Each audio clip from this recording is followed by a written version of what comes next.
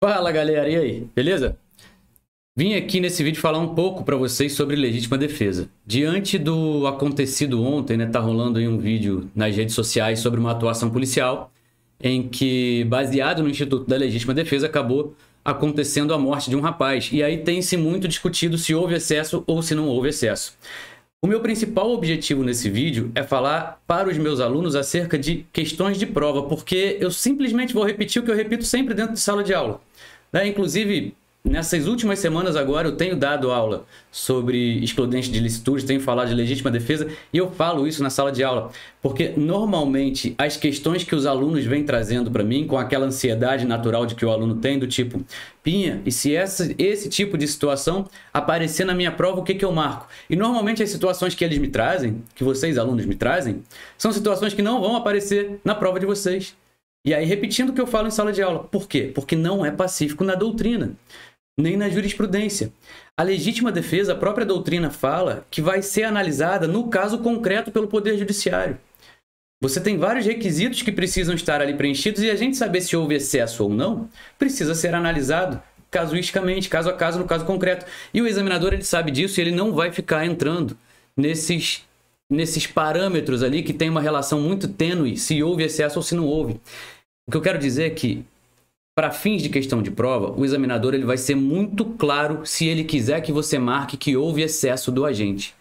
Ele vai trazer para você uma situação que vai deixar totalmente claro. Os alunos me perguntam mais ou menos assim: se um cara vem me assaltar com uma faca, eu saco minha arma e reajo, dou 3 tiros nele e mato. É legítima defesa ou é excesso? Cara, a doutrina não é pacífica em relação a isso. Minha opinião aqui é que é legítima defesa.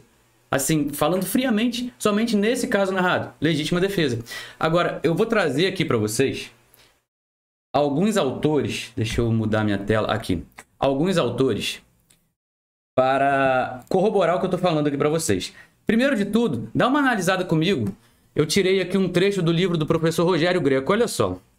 Vamos analisar, eu vou passar por 3 slides aqui, tá? Acompanha, fica comigo, segura aqui até o final, só para você entender como que isso não é pacífico na doutrina e como que vocês podem ficar totalmente tranquilos em relação às questões de prova. Olha só o que o Greco fala. Meios necessários são todos aqueles eficazes e suficientes à repulsa da agressão que está sendo praticada ou que está prestes a acontecer. Costuma-se falar ainda que meio necessário é aquele que o agente dispõe no momento em que rechaça a agressão, podendo ser até mesmo desproporcional com o utilizado no ataque, desde que seja o único à sua disposição no momento. E aí o Greco vem falando o seguinte: com a devida vênia daqueles que adotam este último posicionamento, entendemos que para que se possa falar em meio necessário, é preciso que haja o quê? Proporcionalidade entre o bem que se quer proteger e a repulsa contra o agressor. Agora, olha só, quando ele fala isso, olha o exemplo que ele vai trazer na sequência. E aí, hei de concordar aqui com ele quando ele fala que, quando a gente está falando do meio necessário, em que, quando ele colocou aqui entre aspas, aquele que o agente dispõe no momento que se rechaça a agressão, além disso, além dele utilizar o meio que ele está dispondo, ele precisa agir com proporcionalidade, que é, inclusive, um dos requisitos da legítima defesa. E aí, olha só o exemplo que ele vai trazer, em que fica clara uma situação em que o agente ele vai se utilizar de um meio que ele tem a seu dispor, necessário, só que é completamente desproporcional. E é assim que vai aparecer na sua prova, quando o examinador quiser que você marque excesso. Fica tranquilo que ele não vai ficar entrando naqueles detalhes específicos de que houve um simples assalto ali, e aí ele não vai entrar no caso de bens jurídicos, por exemplo, patrimônio e vida, pedindo para você dizer se houve excesso ou se não houve. Quando ele quiser que você marque excesso, ele vai trazer uma situação completamente desproporcional. Se a situação trazida pela questão não for completamente desproporcional, gritante aos seus olhos, você pode marcar legítima defesa, tranquilamente. Olha o exemplo que ele traz. Imaginemos o seguinte exemplo: uma criança com 10 anos de idade, ao passar por uma residência localizada ao lado de sua escola, percebe que lá existe uma mangueira repleta de frutas. Não resistindo à tentação, invade a propriedade alheia com a intenção de subtrair algumas mangas. oportunidade em que o proprietário daquela residência, consequentemente da mangueira, à vista já retirando algumas frutas, com o objetivo de defender seu patrimônio, o proprietário, que somente tinha à sua disposição como meio de defesa uma espingarda cartucheira, efetua um disparo em direção à aludida criança, causando-lhe a morte. Para que possamos concluir que o proprietário agiu em defesa do seu patrimônio, é preciso antes verificar a presença de todos os elementos objetivos e subjetivos. E aí vem ele trazendo os elementos, olha só. A primeira pergunta que devemos fazer é a seguinte: o patrimônio é um bem passível de ser defendido legitimamente? Já afirmamos que sim, beleza. Em seguida, nos questionaremos sobre a injustiça da agressão, ou seja, estava aquela criança, mesmo sendo inimputável, praticando uma agressão injusta ao patrimônio alheio? Por agressão alheio, cadê? Por agressão, ou seja, não, pulei uma linha aqui, né? Por mais uma vez, a resposta deve ser afirmativa. A gente estava diante aqui de uma agressão injusta. Essa agressão era atual? Sim, era atual, estava acontecendo. O agente utilizou um meio necessário?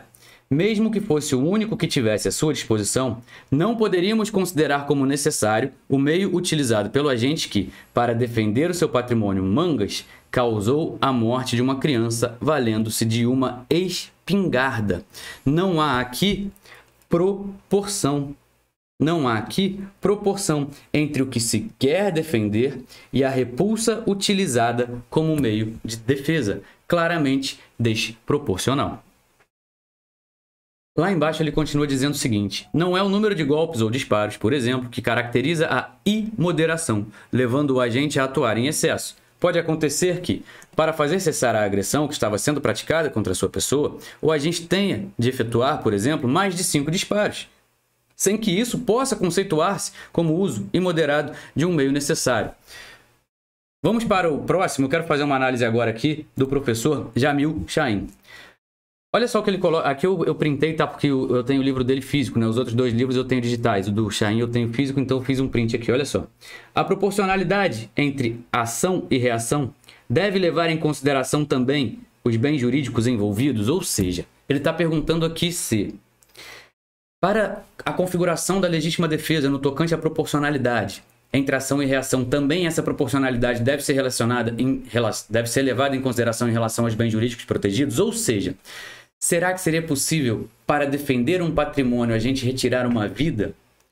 Ou isso precisa ter, essa proporcionalidade também precisa estar presente entre os bens jurídicos? Olha só como é que não é pacífico na doutrina. Existem duas correntes, ele está falando aqui, ó. Sim, afirma Aníbal Bruno, que o direito de defesa não pode deixar de atender à exigência de proporcionalidade entre o meio empregado e o valor do bem a defender.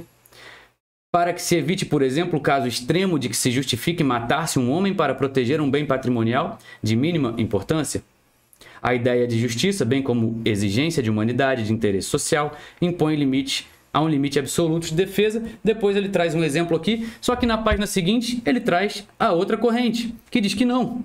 Se o agente fez uso moderado dos meios necessários, estará acobertado pelo excludente, pouco importando o valor dos bens jurídicos em disputa. É a posição de Hungria, é a posição de Rogério Sanches Cunha, que diz que não se impõe a observância de proporcionalidade entre o bem jurídico injustamente atacado e aquele atingido no exercício da legítima defesa. Não há escala de valor entre os bens em conflito, nem há direito que se deva admitir violado sob o pretexto da maior relevância do direito do agressor. A proporcionalidade que deve ser observada é a da relação entre a forma como se deu o ataque e a forma como ocorre a defesa. Noutras palavras, nada impede que alguém que tenha o seu patrimônio atacado num furto invista contra a integridade física do furtador para fazer cessar a injusta agressão, desde que, e é aqui que está tudo que nos interessa, desde que aí sim o faça proporcionalmente. O que o Rogério Sanches está querendo dizer aqui é que não tem problema uma pessoa utilizar-se da legítima defesa para defender o seu patrimônio com uma causa que traga uma lesão à integridade física da pessoa que está praticando aquela injusta agressão contra ela, desde que, obviamente, utilize-se dos meios necessários. Para a gente finalizar, dá uma olhada aqui no Mirabete. Deve o sujeito ser moderado na reação, ou seja, não ultrapassar o necessário para repeli-la. A legítima defesa, porém, isso aqui é importantíssimo, olha só, é uma reação humana e não se pode medi-la com um transferidor milimetricamente, quanto à proporcionalidade de defesa ao ataque sofrido pelo sujeito. Aquele que se defende não pode raciocinar friamente e pesar com perfeito e incomensurável critério essa proporcionalidade, pois, no estado emocional em que ele se encontra, não pode dispor de reflexão precisa para exercer sua defesa em equipolência completa com a agressão. Perfeita colocação do professor Mirabete aqui. Não se deve fazer, portanto, rígido confronto entre o mal sofrido e o mal causado pela reação, que pode ser sensivelmente superior ao primeiro, sem que por isso seja excluída a justificativa, e sim entre os meios defensivos que o agredido tinha à sua disposição e os meios empregados, devendo a reação ser aquilatada, tendo em vista as circunstâncias do caso, a personalidade do agressor, o meio ambiente, etc. Esse meio ambiente aqui tem total a ver com o caso que aconteceu ontem. A defesa exercita-se desde a simples atitude de não permitir a lesão até a ofensiva violenta, dependendo das circunstâncias do fato, em razão do bem jurídico defendido e do tipo de crime em que a repulsa se enquadraria. Havendo flagrante desproporção entre a ofensa e a reação, desnatura-se a legítima defesa. Haverá excesso... Olha só os excessos. Olha só mais os exemplos de excesso aqui. Haverá excesso na hipótese de responder-se a um tapa com um golpe mortal ou no matar-se uma criança porque penetrou no pomar e apanhou algumas frutas. Para a gente finalizar, repito, em relação às questões de prova, quando vier, por exemplo, uma questão que o examinador quer que você marque, excesso, ele vai trazer algo parecido com a seguinte narrativa. Júnior estava em uma discussão com sua ex-companheira Maria, ao momento em que ela desfere um tapa em sua face. Júnior saca seu revólver, munido de 5 munições, e dispara 5 munições de arma de fogo em Maria, que vem a óbito. Ele tomou um tapa e disparou 5 munições. Ele tomou um tapa da sua ex-companheira, sacou uma arma e deu 5 tiros nela. Tem excesso aqui ou não tem? Óbvio que tem. É claro que tem. Ele tomou um tapa numa discussão conjugal, sacou uma arma e deu 5 tiros nela. A questão vai mostrar claramente, vai gritar para você que você está diante de um caso de excesso. Fora isso, não precisa ficar se preocupando, ficando ansioso com o tipo de questão de prova, com o que vai levar você a marcar na prova ou não, porque as questões que trazem a legítima defesa claramente trazem para você todos os requisitos da legítima defesa. O que o examinador adora brincar nas questões, principalmente carreiras policiais, é a troca de conceito entre estado de necessidade e legítima defesa. E isso, estudando um pouco a teoria, como a gente faz nas aulas, você mata tranquilamente. Em relação ao excesso, a questão vai ter que te trazer elementos que te deixem muito claros que são excessivos. Senão, é legítima defesa. Tranquilo? Em relação, só para a gente fechar aqui, ao ocorrido ontem, que foi um caso em que, aqui narrando assim bem rapidamente, bem basicamente, mais ou menos o que aconteceu, né? O policial parece... é claro que eu vou falar aqui sem ter mais detalhes sobre o caso. Estou analisando apenas com o que eu vi nos vídeos que estão rolando aí nas redes sociais. Mas o policial, ele dá uma ordem em que aquele jovem rapaz não cumpre. E mais, diante de todo um contexto do que estava ali acontecendo, em que tinham alguns populares voltados contra os policiais, ele não só não cumpre a ordem, como ele parte para cima do policial. Isso é muito grave. Isso é muito grave. É claro que aqui, né, eu não estou defendendo nenhum tipo de tragédia. É claro que todos nós ficamos muito tristes, até mesmo pela sociedade, com o fato que acontece dessa maneira. A gente não quer que ninguém morra, a gente não quer que ninguém venha a óbito. Agora, analisando tecnicamente, ordem policial não pode ser descumprida, né? O policial, como até colocou nas suas redes sociais ontem, o ilustre professor também Alexandre Zamboni, que sempre faz excelentes análises técnicas, no post dele ele colocou assim: ordem policial não se descumpre. Ordem policial precisa ser cumprida. Se você não concorda com aquela ordem policial, que é revestida de presunção de legitimidade, de presunção de veracidade, você deve respeitar a ordem policial e depois brigar através dos recursos necessários na justiça contra uma ordem que seja ilegal. Agora, o que não se pode é não cumprir uma ordem policial e, pior, diante do caso que aconteceu, partir para agressão, um policial armado. Você dar um soco na cara de um policial, você tentar retirar a arma de um policial, como foi retirado lá no caso, como a pessoa retirou o bastão, e a partir do momento em que ela retira o bastão, ela parte para cima para agredir o policial, ele saca a arma e dispara 3 tiros nela, 3 tiros nele, no rapaz. Opinião minha, legítima defesa. Digo, repito, esse tipo de situação não é pacífico na doutrina, não é pacífico na jurisprudência. Fica tranquilo que para questões de prova não vão aparecer com casos polêmicos. Serão casos mais claros que você vai conseguir acertar e marcar conhecendo ali o Instituto da Legítima Defesa tranquilamente na sua prova. Em relação, só para concluir ao vídeo de ontem, opinião minha, não houve excesso por parte do policial. Ele se utilizou no meio necessário que ele tinha naquele momento. E pode-se dizer, sim, repito mais uma vez, opinião minha, que essa opinião, assim, é totalmente discutível, pessoal. E é natural isso, é natural que seja. Mas para mim houve proporcionalidade ali dentro.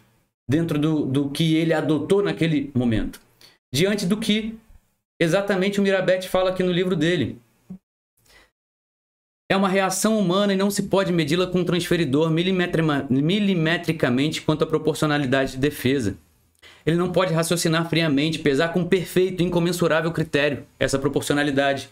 A história está aí para mostrar para a gente vários casos em que o policial, por medo de atuar, por medo de acabar respondendo por um excesso, ele opta no momento por não disparar e, infelizmente, coisas piores acabam acontecendo. Não piores em relação à morte, porque a morte sempre vai ser ruim para qualquer dos dois lados, né? Mas acaba acontecendo, por exemplo, da pessoa que está ali conseguir desarmar um policial e matá-lo, como aconteceu com os PRFs no ano passado. Essas questões trágicas que a gente sempre fica nesse liame ali, nessa linha super tênue entre o excesso e entre a legítima defesa, e tragédias acabam acontecendo. É isso. Quis trazer aqui para vocês uma breve análise sobre a legítima defesa, mostrando que existe essa parte doutrinária que não é pacífica e que o que a gente tem em relação aos requisitos da legítima defesa é que os meios necessários, a pessoa deve se valer dos meios necessários que estão à disposição dela naquele momento, utilizando-se sempre da proporcionalidade. Em relação à proporcionalidade, quem vai analisar isso é o Poder Judiciário. Beleza, pessoal? Espero que vocês gostem dessa breve análise que eu fiz aqui e utilizem para as provas de vocês, lembrando-se que não precisam entrar em desespero quando se trata de excesso, porque a questão vai gritar para você quando o examinador quiser que você marque excesso na tua prova. Forte abraço, fiquem com Deus e até a próxima.